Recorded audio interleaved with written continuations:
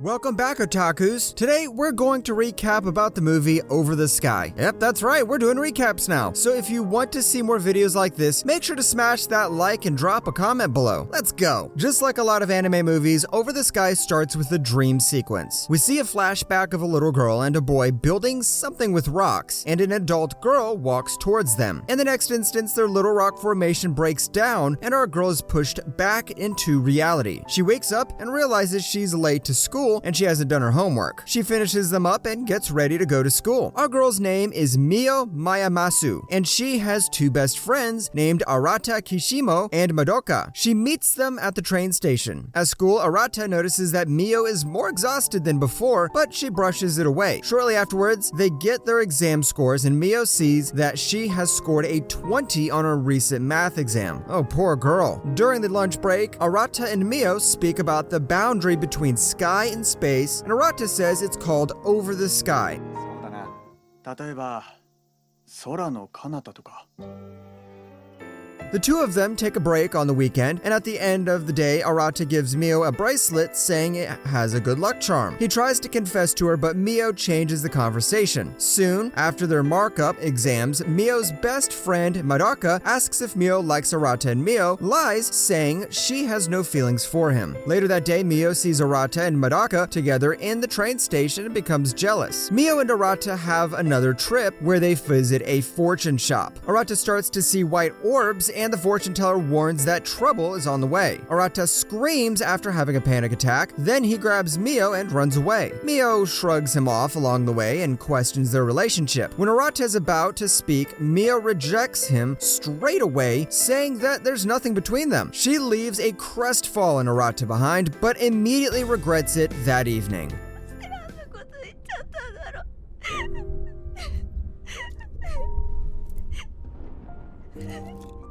She realizes her mistake and runs back to confess to him, but along the way, her bike crashes and she decides to postpone the journey. The next day, she tries to speak to Arata, but the boy is really pissed about the rejection and straight up ignores her and goes and speaks with another girl. Way to go, buddy. Mio spends the whole day thinking about what she had done and tries to fix their relationship on their way home, but a sudden blue beam of light transports her into another world. Nope, she didn't get isekai'd. She simply went to the world that exists between sky and space. Here she finds a train floating on the water, whales who can fly, and a weird talking toy with a cute voice.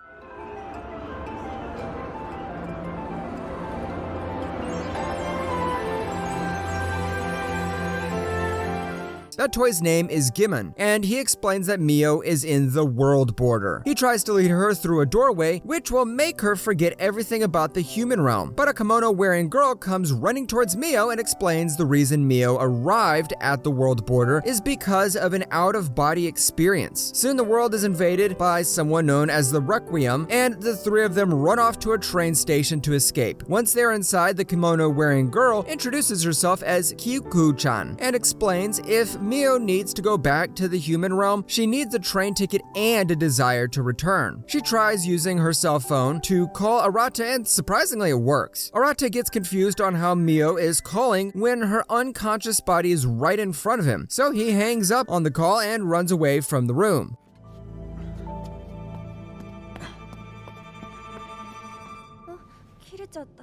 Once again, way to go, buddy. On the world border, Mio, Gimmon, and Kyuku-chan visit a strange old man by the train station in order to get a train ticket to the human realm. But Mio, for some reason, forgets about her memories with Arata. The lost and found officer gives a "sorry lass, you're on your own" look and disappears from the train station. Now, Mio is stuck trying to remember what she should say to Arata, so her two friends tell it's time to visit the goddess. The goddess turns out to be Miss Mori, a person who Mio knew when she was a kid. Ms. Mori explains the goddess can be anyone Mio dreams of, and the reason why the goddess has the appearance of Mori is because Mio wished for that. Meanwhile, back in the human realm, Arata goes back to the fortune teller and asks for her to save Mio. The fortune teller tries to send him off, but Arata soon discovers that she's one of his cousins. The fortune teller reveals the reason why she didn't reveal her identity before was because of an order by their grandpa. Arata finally convinces her to help him, and the fortune fortune teller agrees to help him as long as he does the hard part of the job himself. Just when his luck gets better, Arata's soul leaves his body and flies back to the world border. Seriously, this guy seems to have some really bad luck. Meanwhile, the world border, the old lady, Ms. Mori, points to a door and tells Mio to walk through it to face her fears. After walking inside, Mio realizes that she was always afraid of pushing forwards. She never tried to change the things that she should have changed and never took an effort to change the things around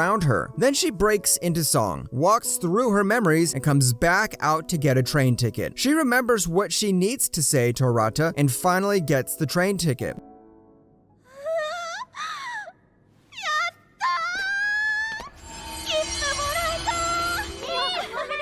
With her goal achieved, she gives some final hugs to the group and gets back into the train to leave. Halfway through the journey, the train comes to a halt and Mio gets out to see what happened. Everything's calm, so she walks through the train tracks and reaches the next station, where she meets Gimmon for the second time. Gimmon says the reason why Mio cannot move through the world border is because she wants to be in the world border. Mio denies this and runs back to meet Grandma Mori to get advice. Ms. Mori listens to her story and then transforms into a more younger, beautiful woman with a golden ray of light. She explains that this is her true form of the goddess. She explains the reason why Mio cannot cross the border is because of an evil entity called the Requiem. She sends Mio through another door and Mio enters a memory of her. This memory is from the last summer festival. She remembers how Arata took her there and said something during the fireworks festival. She doesn't hear his sound, so she tries to remember what she said. Just then, the memory shard breaks and transforms into a white-haired man. If you still haven't figured it out yet, this guy is Requiem. He says he took interest in Mio because of her peculiar visit to the world border and then says he should stop her. Afterwards, he transforms into a giant monster with arms and chases after Mio.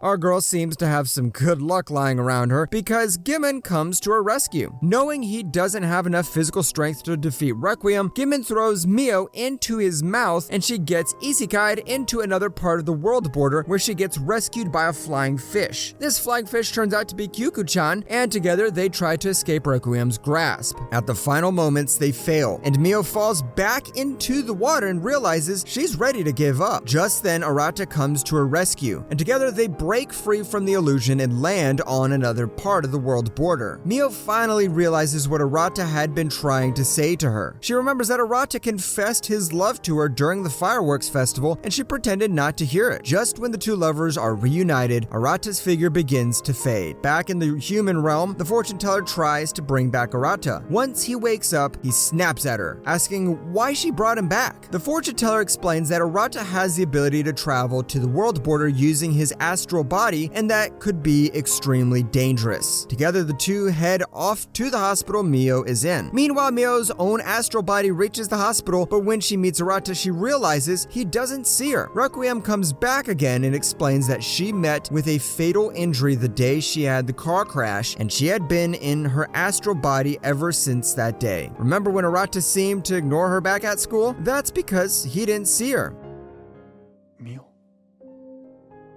Mio begs Requiem to give her a chance to speak to Arata, but Requiem says it was all her choice. Arata tries to sense Mio's presence and meets her one last time in the hospital, but just before Mio can confess, she fades away. The bracelet Arata gave her breaks and disappears as well. The fortune teller helps Arata get Mio's body into a different place where they can see the horizon together, and Mio, in her astral body, arrives at the same place in order to permanently go to the world border. Both Requiem and the goddess give her the choice to visit any world she wants, but both Kyuku-chan and Gimmon tell her to make her own choice. Mio makes a choice for one last time, and she remembers she wanted to tell Arata that she loved him. With her willpower, she opens her own door, and saying farewell to the people in the world border, she returns through the door she opened back into her own body. When the morning arrives, she finally opens her eyes and sees Arata looking at her. They hug, and Mio finally confesses her love to him in a whisper.